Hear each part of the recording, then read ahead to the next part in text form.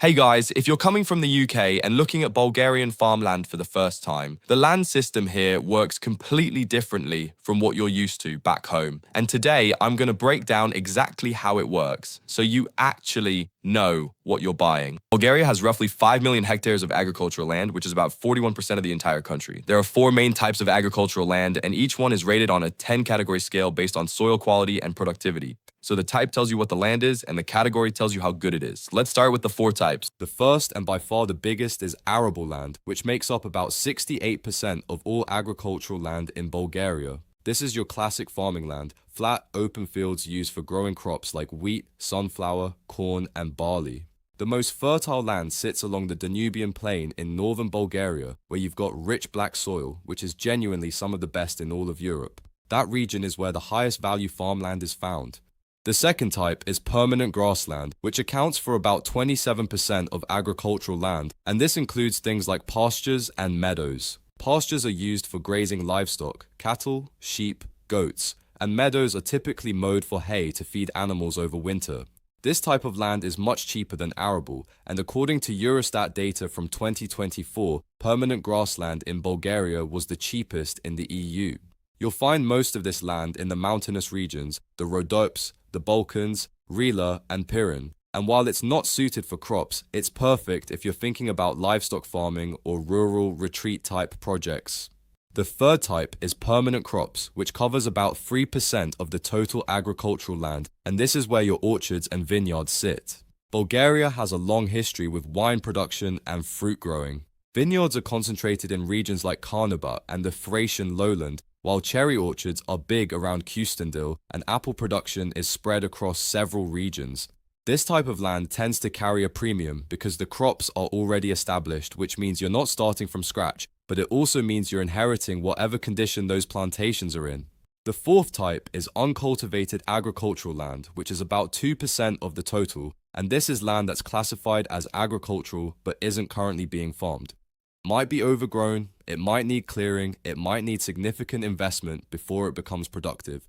That's the cheapest land you'll find, but the downside is you're looking at real work to bring it into production. Now that you know the 4 types, let's talk about how Bulgaria rates the quality of that land, because this is the part that really affects the price. Every plot of agricultural land in Bulgaria is assigned a category from 1 to 10 based on its soil, climate, and what you can actually grow on it. Category 1 is the best, Category 10 is the worst, and the category directly determines what the land is worth and what a farmer will pay you in rent. Category 1 is land with a productivity assessment over 90 out of 100. This is the best farmland Bulgaria has to offer, deep, rich Chernozem soil mostly found in the Danubian plain in the north. You can grow pretty much anything on it, wheat, corn, sunflower, and it commands the highest prices and the highest rental income. Category 2 is land scoring between 81 and 90. Still excellent quality, and in practice it performs almost identically to Category 1. You'll find it across northern Bulgaria and parts of the Thracian lowland in the south, and it's ideal for large-scale cereal and oilseed production. Category 3 is land scoring between 71 and 80. This is strong, versatile farmland that works well for cereals, vineyards, and some vegetable production. It's typically found in transitional zones between the plains and the foothills, and it's where a lot of mid-range investment activity happens. Category 4 is land scoring between 61 and 70. Solid agricultural land, still good for growing crops, but you might need to invest a bit more in soil management and fertilization to get consistent yields. Common in central Bulgaria and parts of the Thracian lowland. Category 5 is land scoring between 51 and 60. This is where you start moving into mixed-use territory, still farmable, but you'll see it used for a combination of crops and grazing, and yields tend to be more variable depending on the season and rainfall.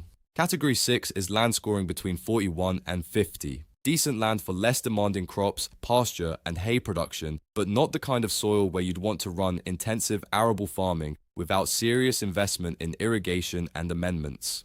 Category 7 is land scoring between 31 and 40. This is typically hilly or foothill land with thinner soil, and it's much better suited for grazing, orchards in sheltered spots, or low-intensity farming rather than large-scale crop production. Category 8 is land scoring between 21 and 30. We're getting into marginal territory here, mostly used for rough grazing, forestry edges, and some hay meadows. Not many buyers target this category unless it comes with a large area at a very low price. Category 9 is land scoring between 11 and 20. This is low fertility land, often in mountainous areas with poor access, and it's really only useful for extensive grazing or conservation type projects. The price reflects that. It's very cheap, but the productivity is very limited. Category 10 is land with an assessment of 10 or below. This is the bottom of the scale: steep slopes, rocky ground, very thin soil, and harsh microclimates. Practically speaking, you're not farming this in any meaningful way, but some buyers pick it up for hunting land, eco projects, or simply because it comes bundled with better plots nearby. So that's the full breakdown: 4 types of land and 10 categories of quality, and every single listing you look at in Bulgaria will reference both. Now that you understand what they actually mean, you're already ahead of most buyers who go in blind and end up overpaying for land thinking they got a deal. In the next video, I'm going to cover the full land due diligence system in Bulgaria, how to verify what you're actually buying, which institutions handle what, and how you can convert land to increase its value. So make sure you subscribe so you don't miss that one. And if you want a head start, I've put together a Bulgarian farmland guide for UK buyers. Link is in the description, go grab it. If this helped you out, hit the like button, it genuinely helps me reach more people. I'm pushing for 1,000 subscribers and every single one counts. See you in the next one.